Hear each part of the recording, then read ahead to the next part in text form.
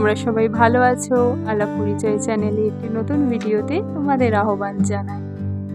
বাইরের আবহাওয়াটা এত সুন্দর লাগছিল যে কি বলবো, মনে হলো না ছাদে যাই, ছাদ থেকে ঘুরে আসি। যেই না ছাদে যাওয়া অমনি তো মনটা খাই খাই করে উঠলো। ভাবলাম আজকে কি বানানো যায়, চট জলদি দেখি তাহলে রোলই বানাই। অবশ্য চট জলদি মানেই যে চট জলদি তা কিন্তু নয়, একটু তো সময় লাগবেই, তাই না? প্রথমে একটু ময়দা নিয়ে নেবে, ময়দা নিয়ে তাতে দেবে ময়ন, ময়নের জন্য তেলই আমি ব্যবহার করেছি এখানে, সাদা তেল আর পরিমাণ মতো নুন আর একটু ব্রাউন সুগার দিয়েছি, তোমরা চাইলে চিনিও দিতে পারো। আর হ্যাঁ দেখেছো, বলতেই ভুলে গেছি, আর দিয়েছি চিলি ফ্লেক্স। এটা অবশ্য বাড়তি, তোমরা দিতেও পারো নাও দিতে পারো, আমার বেশ দেখতে ভারী সুন্দর লাগে সেই জন্যেই দেওয়া আর কি।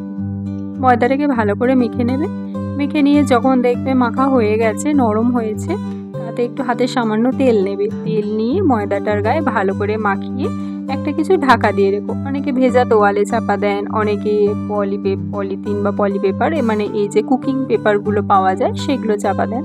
আমি আপাতত এগুলো কিছুই দিইনি, কারণ আমার হাতের কাছে থালা ছিল, তো আমি থালায় চাপা দিয়ে খানিকক্ষণ রেখে দিয়েছিলাম, মোটামুটি আধা ঘন্টা মতো।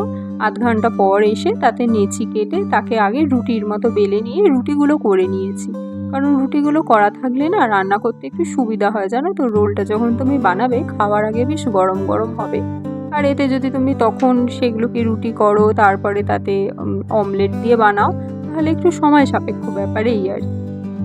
যাই হোক, এই রোল নিয়ে আবার অনেক মতান্তর আছে, জানো তো। এই রোল কিন্তু আমাদের দেশীয় খাবার নয়, রোল এসছে বাইরে থেকেই। এর আর নাকি সর্বপ্রথম নাম ছিল কাঠি রোল। এটি এসেছিল ভারতবর্ষে, তখন এর নাম ছিল কাঠি রোল। এই কাঠি রোল কীরকম ছিল সে অবশ্য কলকাতায় এখন বহু রেস্টুরেন্টেই পাওয়া যায়, হয়তো তোমরা অনেকেই খেয়েছো। আমার এটি কিন্তু একেবারেই ভাই ঘরোয়া রোল। আবার এর মধ্যে হয়েছে এক বিপদ, আমার আবার শশা শেষ হয়ে গেছে বাড়িতে, যার জন্য ওই সামান্য পেঁয়াজ, লঙ্কা আর হচ্ছে বাদাম এইসব দিয়েই, গাজর এইসব কুচিয়েই বানিয়েছি, কারণ শশা তো নেই, তা কি আর করা যাবে। মার্কেটে অবশ্য এখন রোল আর ডিমে সীমাবদ্ধ নেই, তোমার বাড়িতে ডিম অবধি সীমাবদ্ধ, কারণ ডিম ছাড়া অন্য উপকরণ বাড়িতে আবার নেই। যখন এই রোল ভারতবর্ষে প্রথম আসে তা কিন্তু আসে কলকাতাতে, জানো তো।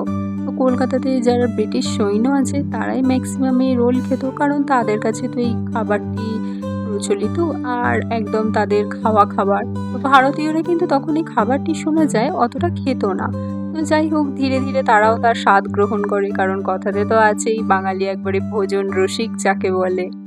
তখনই নাকি বাঙালিরা শোনে এই ইউরোপিয়ান সৈন্যদের একদম মুচমুচে খাবার হচ্ছে কাঠি রোল, যা একটি পরোটার ভেতর মাংসর পুর বলো বা ডিমের পুর বলো সেই দিয়ে করা। এখন অবশ্য পনির রোল, আলুর রোল, মাশরুম রোল, চিংড়ি মাছের রোল কি না বেরিয়েছে। এগুলো কিন্তু বাঙালিদেরই কীর্তি বলতে পারো, কারণ বাঙালিরা যা দেখে তা নিজের মতো করে করার চেষ্টা করে। এই যেমন ধরো বিরিয়ানি, বাইরে কোথাও জানো তো বিরিয়ানিতে আলু দেওয়া হয় না, কিন্তু তুমি কলকাতায় খেয়ে দেখো, কলকাতার বিরিয়ানিতে আবার আলু মাস্ট থাকবেই। প্রথম যখন এখানে অবশ্য রোল আসে সেটা কিন্তু ডিম দিয়ে তৈরি হয় না, প্রথম রোল তৈরি হয়েছিল মাংস দিয়ে। এটা অবশ্য আমি নিউজ পেপারে পড়েছি, জানো তো। এটা না হলে আর কি করে জানতাম বলো। তো যাই হোক, যখন এটি প্রথম মাংস দিয়ে তৈরি হয়, তো এখানকার যারা বাঙালি রান্না বান্না করেন তারা ভাবলেন এটিকে তাহলে ডিম দিয়ে করে দেখি, কারণ তখনকার দিনে মানুষের মধ্যে এই মাংস খাওয়ার প্রচলনটা এতটাও বেশি ছিল না, আর অনেক বাড়িতে আছেন যারা মুরগির মাংস একদমই খেতেন না বা একদমই বাড়িতে ঢোকাতেন না। ধীরে ধীরে মাংসর জায়গায় ডিম দিয়ে তৈরি হতে থাকলো রোল। যাই হোক চলো, অবশেষে আমার রোলটা একবারে শেষের পর্বেই, তোমরা দেখতেই পাচ্ছ।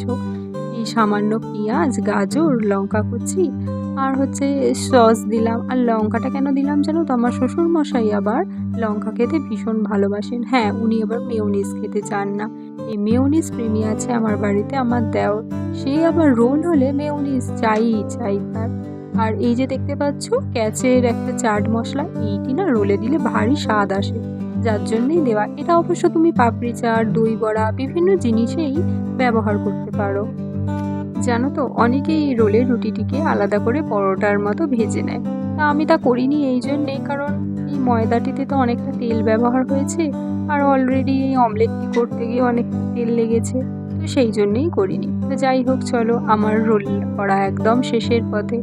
সবাই বাড়ি খেয়েও নিয়েছে আর প্রায় এটাই শেষ। এই দুটো করলে আমার হয়ে যাবে, এই আর কি। তো তোমরা সবাই ভালো থেকো, সুস্থ থেকো, আর আমার এই ভিডিওটা কেমন লাগলো আমাকে অবশ্যই জানিও। আর হ্যাঁ, কমেন্ট করতে ভুলো না, কারণ তোমরা কমেন্ট করলে, লাইক করলে কিন্তু আরও ভালো লাগে আর আরও ভিডিও করতেও আমার উৎসাহ লাগে। আর হ্যাঁ, বলতেই ভুলে গেছিলাম, আমার চ্যানেলটাকে যদি তোমাদের ভালো লাগে সাবস্ক্রাইব করে দিও। আজকের মতো চললাম, সবাই ভালো থেকো।